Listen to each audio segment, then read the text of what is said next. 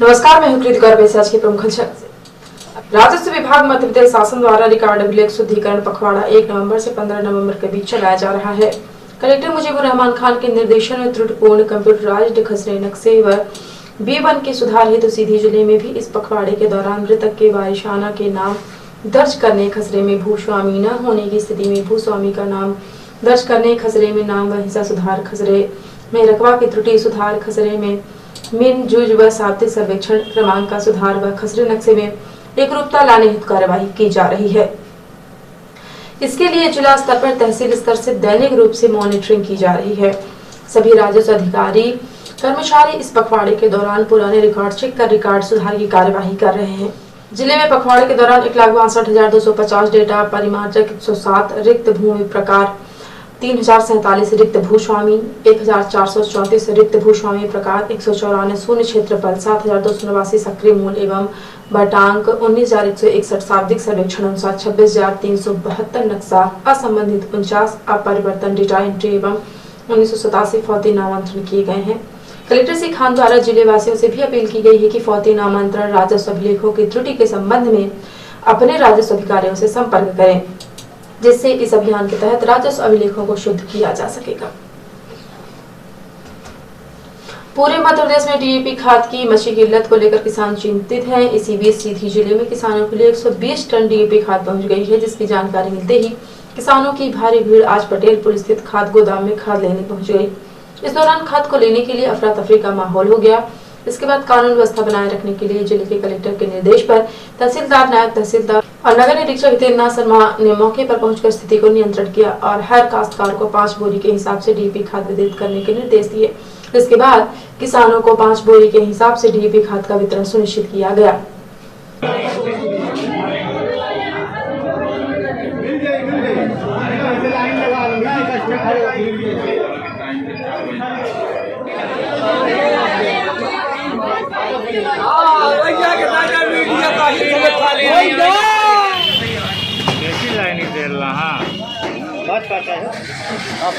पाँच urea 5 DAP।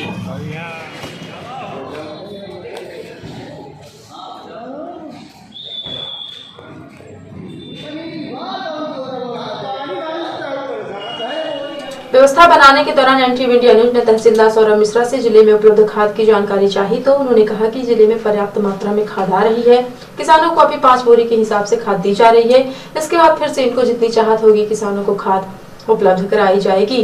वहीं नगर निरीक्षक ने कहा कि सुरक्षा व्यवस्था के लिए पर्याप्त व्यवस्था की जा रही है। सर, खाद को लेकर यहाँ पर काफ़ी अफरा तफरी मची है।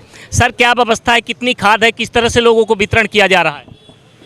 खाद का पूरे ज़िले के लिए जो है 209 टन का जो है स्टॉक निर्धारित हुआ है, जिसमें 120 टन की जो पहली आवक है वो हमको प्राप्त हो चुकी है।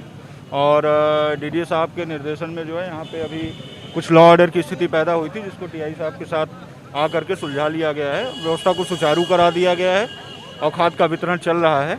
और जहाँ तक है आज आए हुए सभी लोगों को खाद यहाँ पे मिल जाएगी और कल भी सुचारू रूप से वितरण चलता रहेगा। के अनुसार अभी कितनी बोरी खाद? अभी पर्याप्त उपलब्धता है। 5-5 बोरी के लिए सभी को जो डीएपी है लगभग 2.5 कुंटल प्रति किसान के हिसाब से हम अभी दे रहे हैं। और जैसे स्टॉक और बढ़ जाता है तो ज़रूरत के हिसाब से सभी को पर्याप्त मात्रा में उपलब्ध हो जाएगा। सुरक्षा को लेकर क्या व्यवस्था की जा रही है? पुलिस बल तैनात है और लोगों से ये अनुरोध किया गया है कि भाई चूँकि भीड़ ज़्यादा है, स्वाभाविक है, सभी को आवश्यकता है, तो जो उपलब्धता है उसके अनुसार अपना स्वेच्छा से ले लें और शांतिपूर्वक इसको निराकरण करें। कोविड के नियमों का भी पालन करते रहें। कार्यपालन अभियंता मध्य प्रदेश पूर्व क्षेत्र विद्युत वितरण कंपनी लिमिटेड ने समस्त उपभोक्ताओं को सूचित किया है कि ऐसे उपभोक्ता जिनका पंप स्थायी रूप से कनेक्शन संचालित नहीं है तो अपने वितरण केंद्र कार्यालय से संपर्क कर अथवा ऑनलाइन आवेदन देकर अस्थायी कनेक्शन प्राप्त करने के उपरांत ही सिंचाई का कार्य संपादित करें। साथ ही घरेलू कृषि के कनेक्शन में बकाया राशि जमा हेतु शेष है तो बकाया राशि जमा करने के उपरांत ही अस्थायी कनेक्शन प्राप्त करें। अन्यथा विभागीय गठित टीम के द्वारा यदि आपका कनेक्शन अवैध रूप से चलते पाए जाने पर विद्युत अधिनियम की धारा 135-138 के तहत प्रकरण पंजीबद्ध किया जाएगा। राष्ट्रीय विधिक सेवा प्राधिकरण ने नई दिल्ली के आदेश एवं राज्य विधिक सेवा प्राधिकरण जबलपुर के निर्देश तथा प्रधान जिला न्यायाधीश अध्यक्ष जिला विधिक सेवा प्राधिकरण अमिताभ मिश्र के मार्गदर्शन में राष्ट्रीय एवं राज्य विधिक सेवा प्राधिकरण तथा राज्य शासन द्वारा संचालित जन कल्याण योजनाओं की जानकारी एवं योजनाओं का लाभ लोगों को प्रदान किए जाने हेतु जागरूकता शिविर एवं मेगा मेला का आयोजन ग्राम सिमरिया के शासकीय हायर सेकेंडरी स्कूल प्रांगण में दिनांक 14/11/2021 दिन रविवार को दोपहर 12 बजे से किया जा रहा है। उक्त आयोजित किए जा रहे साक्षरता शिविर एवं मेगा मेला दिनांक 14/11/2021 को शासकीय हायर सेकेंडरी स्कूल प्रांगण जागरूकता एवं साक्षरता शिविर तथा मेगा मेला का आयोजन किया गया। उक्त जागरूकता शिविर में राष्ट्रीय एवं राज्य विधिक सेवा प्राधिकरण एवं शासन के विभिन्न विभागों की योजनाओं के संबंध में लोगों को जानकारी उपलब्ध कराई जाएगी तथा शासन की विभिन्न योजनाओं के लाभ प्राप्त करने के बारे में बताया जाएगा। चिकित्सा विभाग द्वारा उपस्थित लोगों का चिकित्सकीय परीक्षण कराया जाएगा। साथ ही हितग्राहियों के आयुष्मान कार्ड बनाए जाएंगे। राजस्व विभाग, पंचायत एवं ग्रामीण विकास विभाग, खाद्य आपूर्ति विभाग तथा शासन के अन्य विभाग की समस्याओं का समाधान भी कराया जाएगा। सचिव जिला विधिक सेवा प्राधिकरण के द्वारा ग्राम सिमरिया के आसपास के सभी व्यक्तियों से आह्वान किया गया है कि अधिक से अधिक संख्या में उपस्थित होकर अपनी समस्याओं का निराकरण कराएं तथा प्राधिकरण एवं राज्य शासन की योजनाओं का लाभ उठाएं।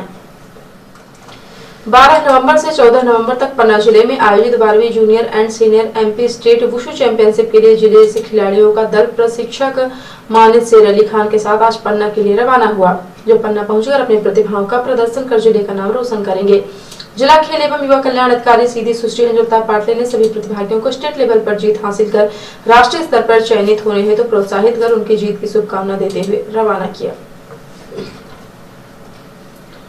रिपोर्टर हिमानी रौतेला ने बताया कि हल्दीरानी आयुक्त कुमाऊं श्री सुशील कुमार ने आयुक्त कैंप कार्यालय में मंडल के अंतर्गत 2 करोड़ से अधिक की लागत से बनने वाले विभिन्न निर्माण कार्यों की समीक्षा मंडलीय अधिकारियों के साथ की।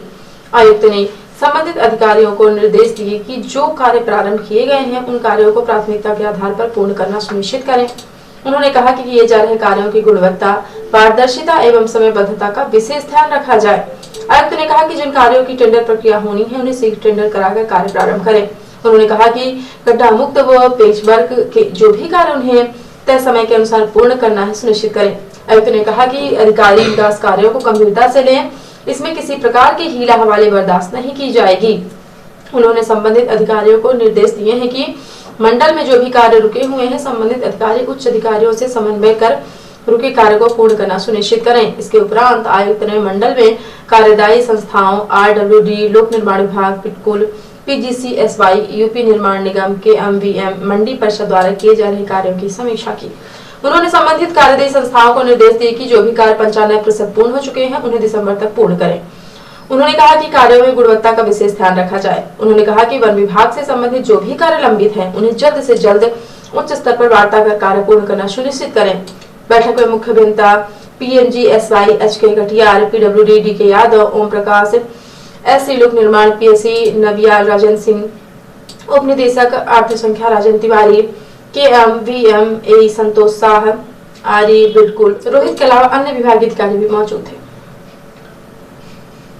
रिपोर्टर हिमानी रौतेला ने बताया कि बीते लंबे समय से नैनीताल नगर पालिका में रिक्त पदों के कारण लोगों को काफी परेशानी उठानी पड़ रही है। वहीं नगर पालिका कर्मचारी भी रिक्त पदों के चलते काफी खफा है। रिक्त पदों में नियुक्तियों को लेकर पूर्व में देवभूमि उत्तराखंड सफाई कर्मचारी संघ द्वारा शहरी विकास मंत्री व शहरी विकास सचिव को ज्ञापन भेजा गया था। उसके बावजूद भी रिक्त पदों में अभी तक नियुक्ति नहीं हो पाई है। वहीं नगर पालिका अध्यक्ष सचिन नेगी ने कहा कि काफी माह से रिक्त पड़े पदों के चलते दैनिक कामों में भी काफी व्यवधान पहुंच रहा है। वहीं देश क्षेत्रवासियों के काम भी समय पर नहीं हो पा रहे, जिसके चलते पालिका की छवि भी खराब हो रही है। उन्होंने बताया कि उनके द्वारा शासन के रिक्त पदों पर नियुक्तियों की मांग की जा चुकी है।